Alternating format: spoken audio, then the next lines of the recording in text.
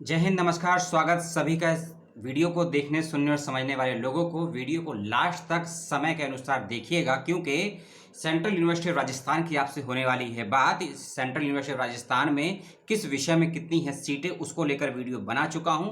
क्या important dates है, उसको लेकर भी वीडियो बना चुका हूं। दोनों का लिंक इसी वीडियो के डिस्क्रिप्शन में आपको मिल जाएगा। ये video central university of Rajasthan का ही होगा, उसका पार्ट 3 होगा। और इस वीडियो में आपको क्या मिलेगा उसको पहले सुन लीजिए। रिसर्च प्रपोजल का प्रारूप, area of research, application form भरते वक्त में ज़रूरी 3 बातें क्या ध्यान रखनी है, एलिजिबिलिटी क्राइटेरिया, और आपका जो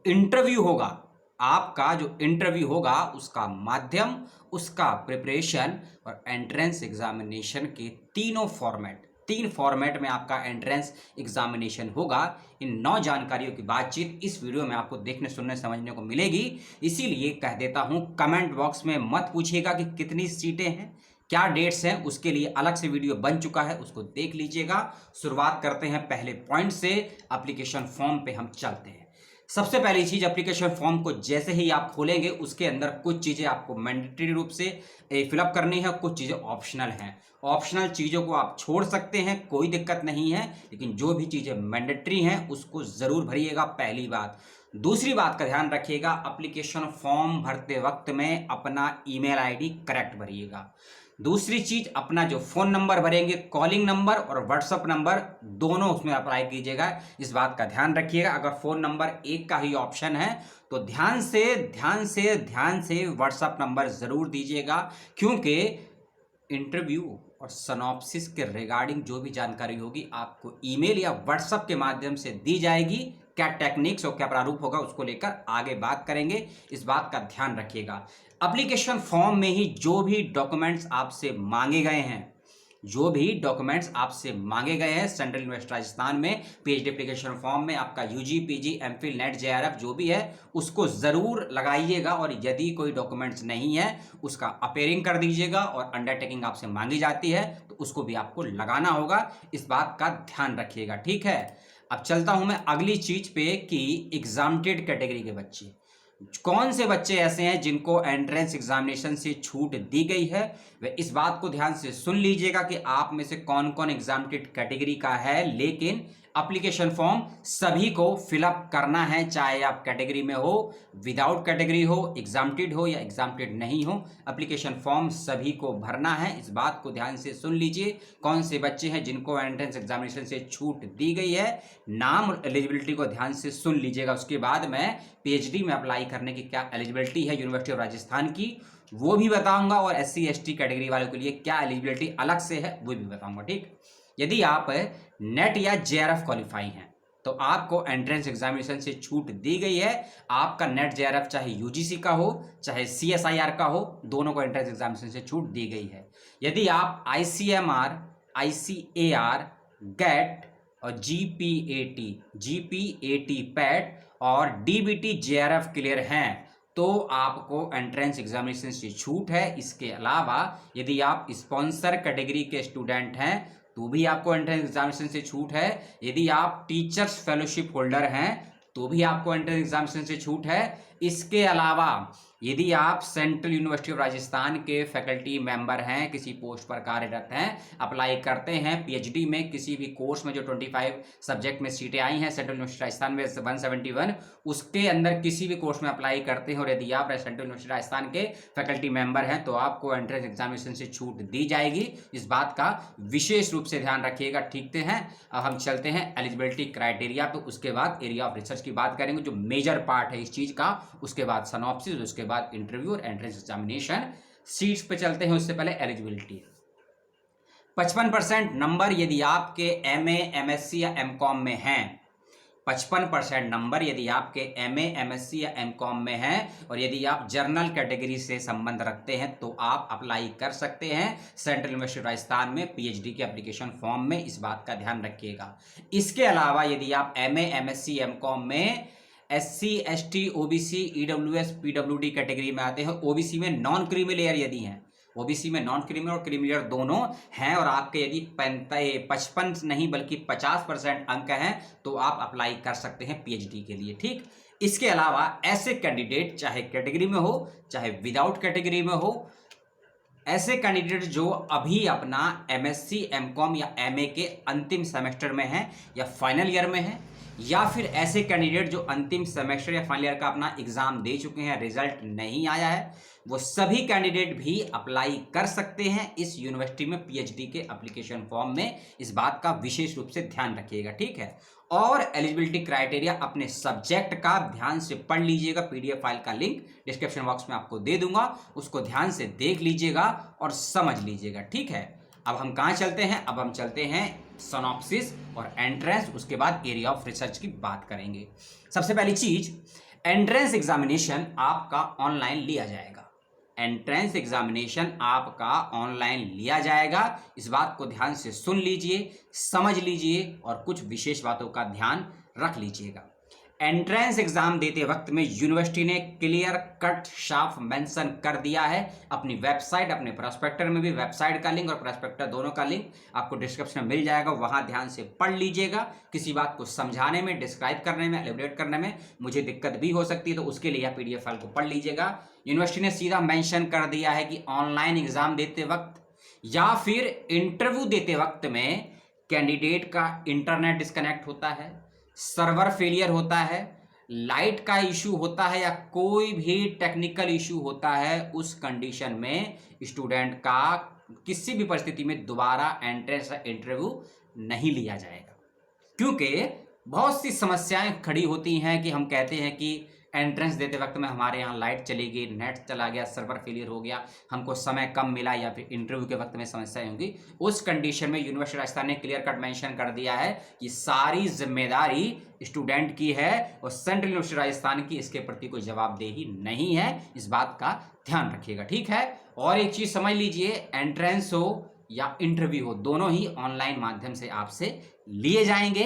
अब इस बात को भी समझ लीजिए, डेस्कटॉप से यदि आप इंटरव्यू देंगे या एंट्रेंस देंगे तो उसके अंदर कैमरा इनबिल्ट होना चाहिए, क्योंकि मोबाइल फोन में और लैपटॉप में कैमरा होता है, माइक की सुविधा भी होती है, तो आप उससे दे सकते हैं एग्जाम। लेकिन यदि डेस्कटॉप से दे रहे हैं, पर्सनल कंप्यूटर से दे रहे हैं, उसमें यदि कैमरा नहीं है तो आप एग्जाम मत दीजिएगा, इंटरव्यू मत दीजिएगा, कंसिडर नहीं किया जाएगा। इस बात का ध्यान रखिएगा, ठीक। एंट्रेंस एग्जामिनेशन पे पुनः चलते हैं।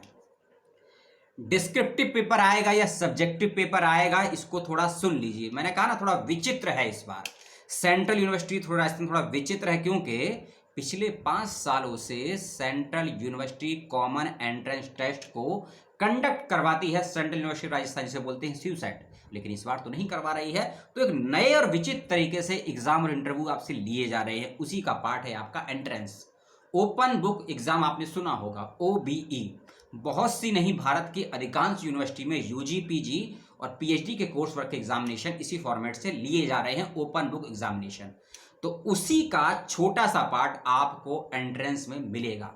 क्या मिलेगा उसको समझ लीजिए। और ये जो मैं आपसे बातें बता रहा हूं, मैंने कहीं से डेवलप नहीं की है, कहीं से मैं इसको खोज कर नहीं लाया हूं। सेंट्रल यूनिवर्सिटी राजस्थान की वेबसाइट पर दिए गए प्रोस्पेक्टर के ब्राउचर में ये बातें क्लियर कट मेंशन है, उसी को पढ़कर समझकर आपको मैं समझाने का प्रयास कर रहा हूं। समझने में, सुनने में और परखने में दिक्कत हो तो कमेंट बॉक्स में सवाल छोड़ दीजिएगा, आपको जवाब मिल जाएगा। ओपन बुक का मतलब ये है, आपसे डिस्क्रिप्टिव और ऑब्जेक्टिव दोनों टाइप के सवाल पूछे जाएंगे एंट्रेंस में। लगा सन्नाटा, और सन्नाटा देता हूं आपको, सन्नाटे को चीरते हुए आएगी सनसनी, उसकी बात नहीं करेंगे। ऑब्जेक्टिव और सब्जेक्टिव दोनों टाइप के क्वेश्चन रहेंगे, कुछ क्वेश्चन एमसीक्यू रहेंगे, कुछ क्वेश्चन के जवाब आपको रिटर्न में देने हैं। क्या समझे आप? कुछ क्वेश्चन के जवाब को आपको रिटर्न में देना है, अपने हाथ से कागज पर अपने पेन से लिखना है, A4 साइज की सीट पर। इसको और समझा देता हूं आपको। जो सवाल आपसे डिस्क्रिप्टिव पूछे जाएंगे, 4 से लेकर 8 सवाल आपसे पूछे जाएंगे। सब्जेक्ट के अकॉर्डिंग हो सकता है किसी में 4 सवाल पूछे जाएं, किसी में 5, किसी में 6, किसी में 8 पूछे जाएं। और ये चाहे सब्जेक्टिव सवाल हो चाहे डिस्क्रिप्टिव सवाल हो, इन सभी के लिए समय मिलेगा आपको 3 घंटे का, ठीक। नेगेटिव मार्किंग नहीं है। अभी आप समझिए कि जो ऑब्जेक्टिव टाइप के क्वेश्चन है उसका तो आप टिक कर देंगे, एमसीक्यू है आप तो बढ़ जाएंगे। लेकिन जब डिस्क्रिप्टिव सवाल आपसे पूछे जाएंगे, आपकी स्क्रीन पर 4, 5, 6 क्वेश्चन लिखे होंगे, उसका जवाब आपको लिखना होगा A4 साइज की सीट पर। टाइप नहीं करना है, हैंड रिटन लिखना है, ठीक। लगा सन्नाटा? सन्नाटा एक और देता हूं आपको, जब आप अपने क्वेश्चन के जवाब को पूरा लिख लेंगे और जवाब को लिखने के लिए आपको यूज करना है नीले या फिर काले पेन का, नीले या फिर काले बॉल पेन का यूज करना है, जेल पेन का यूज नहीं कर सकते हैं, हरे लाल नीले इस पेन का सिर्फ काले का और नीले पेन का यूज करना है। जो भी डिस्क्रिप्टिव सवाल है उनके जवाब को आप लिख लेंगे और जवाब को लिखने के बाद उनका फोटो खींचेंगे या स्कैन करेंगे, वो हो जाएगा जेपीजी में, जेपीजी से आप उनको पीडीएफ में कन्वर्ट करेंगे और पीडीएफ में कन्वर्ट करने के बाद आप उसको अपलोड या ईमेल के माध्यम से अपने जवाब को भेज देंगे।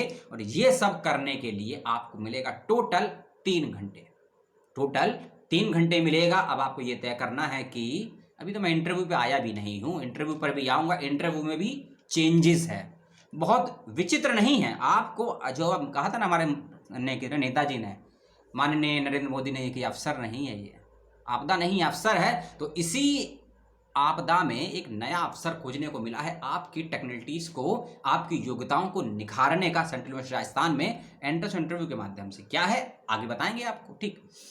रिटर्न भी एग्जाम होगा, ऑब्जेक्टिव भी सवाल आएंगे, डिस्क्रिप्टिव भी सवाल आएंगे, कुछ सवालों के जवाब आपको। और हाँ, जब आप अपने सवालों के जवाब को लिखेंगे ना पेन से अपने कागज पे, तब आपका कैमरा 1 सेकंड के लिए भी यदि ऑफ होता है, जवाब लिखते वक्त यदि आपका कैमरा 1 सेकंड के लिए भी ऑफ होता है या अपने कैमरे से आप 8 सेकंड से ज्यादा समय तक गायब रहते हैं, आप डिस्क्वालीफाई कर दिए जाएंगे, आप डिस्क्वालीफाई कर दिए जाएंगे। इस बात को समझ लीजिएगा, ठीक। एंट्रेंस हमने आपका ले लिया, अब आते हैं इंटरव्यू पे। हाँ, उससे पहले मेरिट आएगी ना, मेरिट, ये एंट्रेंस ये इंटरव्यू बीच में है मेरिट। अब आप मेरिट को भी सुन लीजिए। यदि आप एससी हैं, एसटी हैं, ओबीसी हैं, पीडब्ल्यूडी हैं, एयर ईडब्ल्यूएस हैं, एससी हैं, एसटी हैं, ओबीसी हैं, ओबीसी में दोनों creamy layer non creamy layer, SC, ST, OBC, EWS और पीडब्ल्यूडी कैंडिडेट हैं, तो यदि आप एंट्रेंस एग्जामिनेशन में 45% अंक लेकर आए हैं, तब आपको इंटरव्यू के लिए क्वालिफाई माना जाएगा और इंटरव्यू के लिए आपको कॉल या मेल या कुछ भी आ सकता है, इस बात का ध्यान रखिएगा। और यदि आप जनरल कैटेगरी में हैं, तो आप यदि 50% अंक लेकर आए हैं, तो आपको इंटरव्यू के लिए एलिजिबल माना जाएगा, इस बात को भी ध्यान रखिएगा, ठीक है। और 4 पेज का पीडीएफ फाइल का नोटिफिकेशन है, मैं आपको दे दूंगा, पीडीएफ फाइल में है, पढ़ लेना। एंट्रेंस एग्जामिनेशन के लिए रूल्स एंड रेगुलेशन गाइडेंस दिए गए हैं, ध्यान से पढ़ लीजिएगा, समझ लीजिएगा, कंफ्यूजन हो उसी के अंदर एक ईमेल आईडी दी है हेल्पलाइन के रूप में, उससे सवाल जवाब कर लीजिएगा एंट्रेंस से पहले, ठीक है। एंट्रेंस हो गया, मेरिट बता दी। अब चलते हैं आपके इंटरव्यू पे, उसके बाद एरिया ऑफ रिसर्च की बात करेंगे। आपको लगेगा कि वीडियो में डिटेल में क्यों बनाता हूं, भैया जी, साहिब जी, मालिक जी, बहनों भाइयों, कोई मैं न्यूज़ नहीं दे रहा हूं आपको कि 5 मिनट में 50 बेहतरीन खबरें 30 सेकंड में आपको दे दी जाए। उस राज्य में सुनामी आ गई, वहां बाढ़ आ गई, वहां इलेक्शन है, मोदी जी ने घोषणा कर दी, वित्त मंत्री ने। मैं कोई खबरें नहीं दे रहा हूं आपको, न्यूज़ नहीं पढ़ रहा हूं, आपके करियर की बात हो रही है। यदि आप यहां 10 से 15 मिनट नहीं दे सकते हैं, तो आने वाले 10 से 15 मिनट अपने जीवन को कचोटेंगे आप। उससे अच्छा है यहाँ परेशान हो जाइए, चीज़ों को समझ लीजिए, झेल लीजिए। अब चलते हैं अगले पड़ाव पे, आपके इंटरव्यू पे, और इंटरव्यू के बाद चलेंगे आपके एरिया ऑफ रिसर्च पर। और यदि आप एरिया ऑफ रिसर्च को समझ गए, तो आपको सिनॉप्सिस को डिजाइन फ्रेम करने में 1% दिक्कत नहीं आएगी और फर्राटे से आपका एडमिशन इंटरव्यू के बेस पर हो सकता है। हम चलते हैं अपने प्रेजेंटेशन यानी कि इंटरव्यू पे। आप किसी भी सब्जेक्ट के हों, जो 25 सब्जेक्ट आए हैं, किसी भी सब्जेक्ट के हों, 3 बातें तैयार रखिएगा।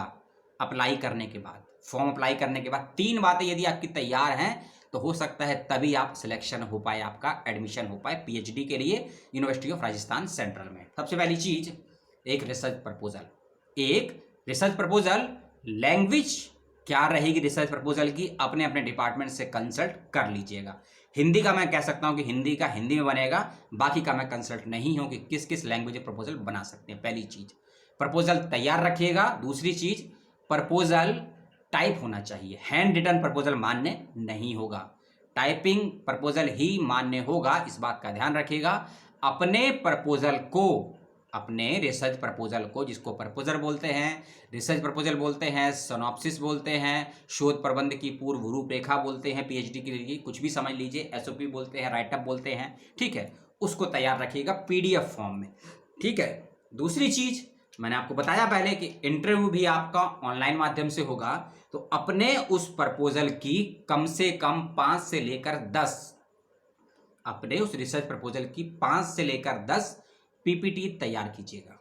क्या करेंगे? पावर पॉइंट प्रेजेंटेशन, क्योंकि यूनिवर्सिटी ऑफ राजस्थान में थोड़ा विचित्र मैंने कहा ना, इसीलिए है आपको अपना प्रपोजल पढ़ना भी है और प्रेजेंट भी करना है, और प्रेजेंट करना है आपको पावर पॉइंट प्रेजेंटेशन के माध्यम से। इस बात को भी नोटिफिकेशन में क्लियर कट मेंशन कर दिया गया है, इसको भी आप ध्यान से देख लीजिएगा और पढ़ लीजिएगा, ठीक है। रूल नंबर 10 और 9 को ध्यान से आप पढ़ लीजिएगा, पेज नंबर 3 है नोटिफिकेशन का, ठीक है। अपना पीपीटी तैयार रखिएगा कम से कम 5 से लेकर 10 स्लाइड के बीच में, और साथ में अपने रिसर्च प्रपोजल की पीडीएफ कॉपी भी, क्योंकि आपसे क्वेश्चन पूछा जाएगा, सीधा करेंगे अपने रिसर्च प्रपोजल को प्रेजेंट कीजिए। जब प्रेजेंट करेंगे तो आपसे पीपीटी मांगी जाएगी, और आप ये कहेंगे कि मुझे मालूम नहीं था, मैंने बनाया नहीं, मुझे आता नहीं, आप अपने आप को डिस्क्वालीफाई समझिएगा उस चीज़ में। उस समय डिस्क्वालीफाई समझिएगा अगर आपके मुंह से जवाब निकलता है कि मुझे मालूम नहीं है, मुझे आता नहीं है, क्योंकि यूनिवर्सिटी ऑफ राजस्थान ने एप्लीकेशन फॉर्म भरने से पहले प्रोस्पेक्टर वेबसाइट पे डाल दिया था, और प्रोस्पेक्टर में ये सब बातें क्लियर मेंशन कर दी थी। यदि आपने फॉर्म भरते वक्त प्रोस्पेक्टर नहीं पढ़ा है, यूनिवर्सिटी का कोई फॉल्ट नहीं है, 1% फॉल्ट नहीं है यूनिवर्सिटी का, ध्यान रखिएगा। पीपीटी पे दोबारा आते हैं, 5 से 10 स्लाइड बनाकर रखिएगा, और आपका जो स्लाइड बनी है और जो आपने सिनॉप्सिस बनाया है, इन दोनों को जो आप प्रेजेंट करेंगे, तीसरे पड़ाव पे हूं सिनॉप्सिस के, इनको जो आप प्रेजेंट करेंगे, आपको अधिक से अधिक समय मिलेगा 10 मिनट का, अधिक से अधिक समय मिलेगा 10 मिनट का आपको। चाहे अपनी बात को आप 5 मिनट में कह लीजिए, चाहे अपनी बात को आप 10 मिनट में कह लीजिए, चाहे अपनी बात को आप 10 सेकंड में कह पाए ना कह पाए, ये आप पे डिपेंड करता है, ठीक है। इंटरव्यू हो गया आपका, रिटर्न में बनाइएगा, हैंड रिटर्न मान्य नहीं है सिनॉप्सिस, पहली चीज टाइप करवाइएगा। दूसरी चीज, और एक चीज भूल गया, आप जिस भी डिवाइस से अपना इंटरव्यू देंगे, ठीक है ना, चाहे लैपटॉप है, फोन है, डेस्कटॉप है, अपने उस डिवाइस में अपना सिनॉप्सिस अपलोड करके रखिएगा, पीपीटी फॉर्म में भी, वर्ड फॉर्म में भी, पीपीटी फॉर्म में, पीडीएफ फॉर्म में और वर्ड फॉर्म में, तीनों फॉर्मेट में तैयार करके रखिएगा, और अपने डिवाइस में चेक करके इंटरव्यू से पहले देख लीजिएगा कि प्रॉपरली वर्क करते हैं या नहीं। ऐसा ना हो कि आपसे इंटरव्यू लेने वाले कहें कि अपने प्रेजेंटेशन दीजिए, और पता लगा कि आपके उस सॉफ्टवेयर में आपका वह पीडीएफ या पीपीटी रन नहीं कर रहा है, शो नहीं कर रहा है, प्रॉपरली वर्क नहीं कर रहा है, उस कंडीशन में भी आप डिस्क्वालीफाई हो। इंटरव्यू तो आपका होगा, इंटरव्यू आपका 5 मिनट 10 मिनट पूरा लिया जाएगा, लेकिन आपसे बोला गया पीपीटी चलाइए और आपका पीपीटी रुक गया, नहीं चला, तो उस कंडीशन में आपको नेगेटिव अंक मिलेंगे और आप सिलेक्ट नहीं हो पाएंगे एज अ पीएचडी के लिए, ठीक है। मेरिट, कट ऑफ और एग्जाम डेट, पूरा पूरा क्राइटेरिया एग्जाम का, रिटर्न एग्जामिनेशन का, सिनॉप्सिस का, इंटरव्यू का। अब चलता हूं लास्ट पड़ाव पे, एरिया ऑफ रिसर्च का। ये क्या बला है, इसको भी ध्यान से समझ लीजिए। 5 मिनट और लूंगा मैं आपका, ठीक है, 5 मिनट लूंगा। एरिया ऑफ रिसर्च की भी एक पीडीएफ फाइल का लिंक है, वेबसाइट पर है, मिल जाएगा। जो 25 सब्जेक्ट है उन सभी के लिए, जो भी 25 सब्जेक्ट में पीएचडी की सीट आई है, सभी के लिए यूनिवर्सिटी ऑफ राजस्थान ने अपने अपने एरिया ऑफ रिसर्च को दे दिया। ये होता क्या समझ लीजिए, आपसे कहा जाता है कि आप जिस टॉपिक पर काम करेंगे उस पर अपना एक सिनॉप्सिस बनाकर लाइए, रिसर्च प्रपोजल बनाकर लाइए, शोध प्रबंध लेकर आइए कि जिस पर आप अपने 5 सालों में काम करेंगे। क्या काम करेंगे, कैसे काम करेंगे, कितना काम करेंगे, किस दृष्टि से काम करेंगे, किस टेक्नोलॉजी से काम करेंगे, किन किन पुस्तकों का प्रयोग में लाएंगे, आपकी हाइपोथेसिस क्या रहेगी, आपके ऑब्जेक्टिव क्या रहेंगे, आपका रेलेवेंस ऑफ रिसर्च क्या रहेगा, आपकी रिव्यू ऑफ लिटरेचर क्या रहेगा, ये सब अपनी बातों को लिखेंगे। लेकिन इन सभी बातों को आप किस टॉपिक, किस क्षेत्र, किस थीम के आसपास लिखेंगे, मेंशन करेंगे, उसके लिए आपको एरिया ऑफ रिसर्च एक चूज करना होता है। जैसे कि आप मान लीजिए, हम बात करते हैं सोशल वर्क की, समाज कार्य की। कोई आपसे बोलता है कि सोशल वर्क में काम करना है, तो आप कहेंगे मुझे किस पे काम करना है, मुझे मान लीजिए कम्युनिटी पे काम करना है, मुझे मान लीजिए डेवलपमेंट स्टडीज़ पे काम करना है, मुझे मान लीजिए पीस एंड कॉन्फ्लिक्ट स्टडीज़ पे करना है। जो गांधी एंड पीस के बच्चे हैं, डेवलपमेंट स्टडीज़ के बच्चे हैं, वुमेन स्टडीज़ के बच्चे हैं, साइकोलॉजी के बच्चे हैं, सस्टेनेबल डेवलपमेंट के बच्चे हैं, वे बच्चे इस चीज़ को समझते हैं, मैनेजमेंट के बच्चे हैं, पीस एंड कॉन्फ्लिक्ट स्टडीज़ को। तो यदि आप इस टाइप्स के चीज़ों पर काम करना चाहते हैं तो आपका एक एरिया फिक्स होना चाहिए, ठीक। यदि आप किसी हेल्थ के इशू पे काम करते हैं, यदि आप किसी डिजास्टर पे काम करना चाहते हैं, प्राकृतिक आपदा को लेकर, वहां सोशल वर्क के पॉइंट ऑफ व्यू से क्या काम हो सकता है, तो उसका एक टॉपिक तैयार करना। मैं एग्जांपल देता हूं, मान लीजिए आपको किसी दक्षिण भारत के या बिहार या नॉर्थ ईस्ट के राज्य में जो अक्सर बाढ़ आया करती है ना, बाढ़ आती है, प्राकृतिक आपदा, उसका आपको समाधान देना है। समाज कार्य के दृष्टिकोण से आप काम करना चाहते हैं, चाहे आप किसी योजना का अध्ययन करें, सरकार की किसी नीति का अध्ययन करें, या किसी टाइम पीरियड विशेष में मान लीजिए 1990 से लेकर 2000 के बीच में आप समाज कार्य के दृष्टिकोण से डिजास्टर मैनेजमेंट का अध्ययन करना चाहते हैं बिहार के संबंध में या फिर असम के संदर्भ में या फिर केरला के संदर्भ में, तो उसके लिए आपको एक टॉपिक फ्रेम करना पड़ता है। ठीक, तो उस टॉपिक को चयन करने में बहुत बड़ी समस्याएं होती हैं बच्चों को, क्योंकि आप तो पहली बार पीएचडी कर रहे हैं, तो आपको मालूम नहीं है कि किस किस टॉपिक पे करंट में रिसर्च हो सकती है या रिसर्च करना चाहिए। तो उसके लिए बहुत सिंपल तरीके से आपकी समस्याओं का समाधान दिया गया। आपको एरिया ऑफ रिसर्च चूज नहीं करना है, आपको विकल्प दिए गए हैं, उन विकल्प में से एक का चयन करना है। याद रखिएगा, आपको बहु विकल्प पहले से दे दिए गए हैं, उन बहु विकल्पों में से आपको एक का चयन करना है। इसको और तरीके से समझिए, आप कह रहे हैं कि मुझे भूख लग रही है, आपको भूख लग रही, लेकिन आपके पास पैसा नहीं है, और पैसा नहीं है तो खाना नहीं है, खाना है नहीं तो भूख कैसे मिटेगी। लेकिन यदि आपके पास से कोई पैसा ना मांगे, ये कहे कि चलिए दुकान में आपको जो खाना है खा लीजिए, और आपके सामने 10 प्रकार की डिश रख दी है, उसने भोजन रख दी है, तब आपको किसी एक का चयन करना है उन 10 बेहतरीन में से, तो वही होता है एरिया ऑफ रिसर्च। आपको 10 या 12 या 5 थीम टॉपिक एरिया दे दिए गए हैं, किसी एक का चयन करना है आपको अपनी नॉलेज, अपनी इंफॉर्मेशन, अपनी हॉबी, अपनी रुचि और अपनी इच्छा के अनुसार, अपनी रुचि, अपनी हॉबी, अपनी इच्छा और अपना इंटरेस्ट के अनुसार किसी एक विषय का चयन करना है। टॉपिक को आपको फ्रेम करना है, और टॉपिक पर काम क्या करना है, कैसे करना है, किस किस प्रकार से करना है, उस फॉर्मेट को आपको तैयार करके भेजना है, इंक्लूडिंग रिसर्च प्रपोजल में। ये बातें आपको इंटरव्यू से पहले सबमिट करनी होगी सेंट्रल यूनिवर्सिटी राजस्थान में अपने अपने डिपार्टमेंट के अंदर।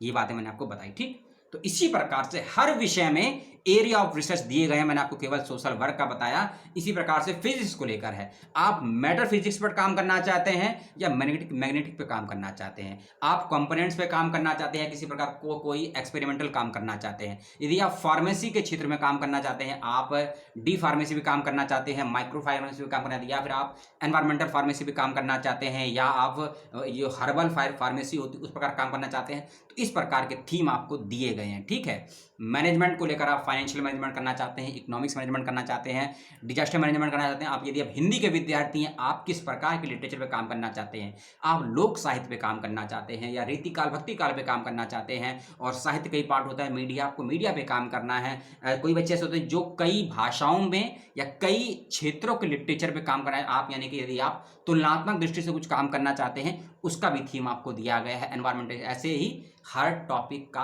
अलग अलग एरिया दिया गया है, उसको समझ लीजिएगा ध्यान से। लेकिन इन थीम के इतर, यानी कि इन एरिया ऑफ रिसर्च के बाहर का यदि आप कोई टॉपिक लेकर जाते हैं, प्रेजेंट करते हैं पीएचडी में, तो आपके रिजेक्शन होने के 100% चांस हैं। ठीक है, इसको मैं ऐसे समझाता हूं। कोई छोटा सा टॉपिक देखता हूं स्क्रीन पर अपने, किसी में कम टॉपिक हो। हाँ, जैसे कि ये कॉमर्स है। ठीक, कॉमर्स के अंदर दिया हुआ है एरिया ऑफ रिसर्च आपका दिया गया है अकाउंटेंसी एंड फाइनेंस, टेक्सटाइल और ट्रेडिंग, सस्टेनेबिलिटी एंड इंफ्रास्ट्रक्चर और फाइनेंस। ठीक है, और कॉर्पोरेट रिपोर्टिंग। ठीक है, ये आपको 6 टॉपिक दिए गए हैं। यदि आप इसके अलावा हटके आप कहते हैं कि मुझे काम करना है इकोनॉमिक रिसेशन 1931 या 1991 के, ठीक, आपको इकोनॉमिक रिसेशन में काम करना है, या आपको काम करना है वर्ल्ड इकोनॉमी में आए क्राइसिस को लेकर। अब ये दोनों टॉपिक, इकोनॉमिक क्राइसिस 1931 या 1991 या फिर वर्ल्ड इकोनॉमिक क्राइसिस, ये दोनों टॉपिक पे आप पीएचडी का टॉपिक लेकर गए सिनॉप्सिस बनाकर कॉमर्स डिपार्टमेंट में। आपका एंट्रेंस क्लियर है, आप चाहे नेट जेआरएफ हो, आप चाहे किसी प्रकार के फेलो हो, आपका इंटरव्यू होगा, कोई दिक्कत नहीं आएगी। लेकिन सिलेक्शन नहीं होगा पीएचडी में आपका, क्योंकि आपने अपना research proposal, research topic area of research से बाहर का चुना है, आउट चुना है। क्योंकि एरिया ऑफ रिसर्च आपको इसीलिए दिया गया है क्योंकि इन संबंधित एरिया ऑफ रिसर्च के एक्सपर्ट ही वर्तमान में यूनिवर्सिटी राजस्थान में मौजूद हैं। क्योंकि यदि एरिया ऑफ रिसर्च जिस पर आप काम करना चाहते हैं उसका कोई शोध निर्देशक, कोई सुपरवाइजर ही नहीं होगा, तो आप किसके अंडर काम करेंगे, किस प्रकार काम करेंगे, ये समस्याएं खड़ी हो जाएंगी। फिर आप ही 1 साल के बाद एप्लीकेशन देंगे यूनिवर्सिटी में कि सर हम जिस विषय पर काम करना चाहते हैं या चाहती हैं उसके ऊपर हमारे गाइड को नॉलेज नहीं है, समझ नहीं है, हमारी हेल्प नहीं कर पा रहा है, हमारा टॉपिक या हमारा गाइड को चेंज कर दीजिए। आप ऐसी दरख्वास्त करेंगे, फिर यूनिवर्सिटी राजस्थान आपको तर्क देगी कि हमने तो पहले ही आपको एरिया ऑफ रिसर्च बता दिया गया था, लेकिन आप ही बाहर का टॉपिक लेकर आए, अब हम क्या कर सकते हैं। यूनिवर्सिटी को समस्या नहीं, समस्या तब आपको होगी।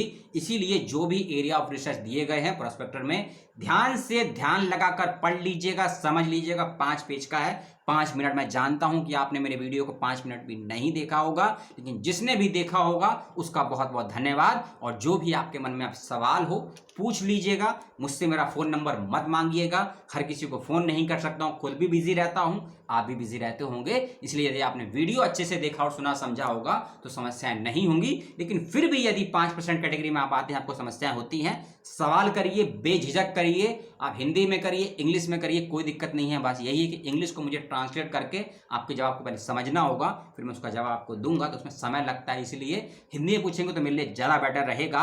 और आपके मन में किसी प्रकार की कोई हेजिटेशन, झिझक मत रखिएगा। मुझे अपना दोस्त, साथी, छोटा बड़ा भाई, जो समझना है समझिएगा, केवल बॉयफ्रेंड छोड़कर। किसी का बॉयफ्रेंड नहीं हूँ, ना ही होना चाहता हूँ। आपके मन में जो भी डाउट है पूछ लीजिएगा और नेक्स्ट वीडियो का वेट कीजिएगा। बात करेंगे एक और सेंट्रल यूनिवर्सिटी में आए हुए एप्लीकेशन फॉर्म की, जैसा कि बताया था, उसके लिए बात करेंगे। और अपनों का ध्यान रखिएगा, पुस्तक के पास रहिए, परिवार के पास रहिए और सीखते रहेंगे, जीतते रहेंगे। जय हिंद, जय भारत, सलाम, टेक केयर।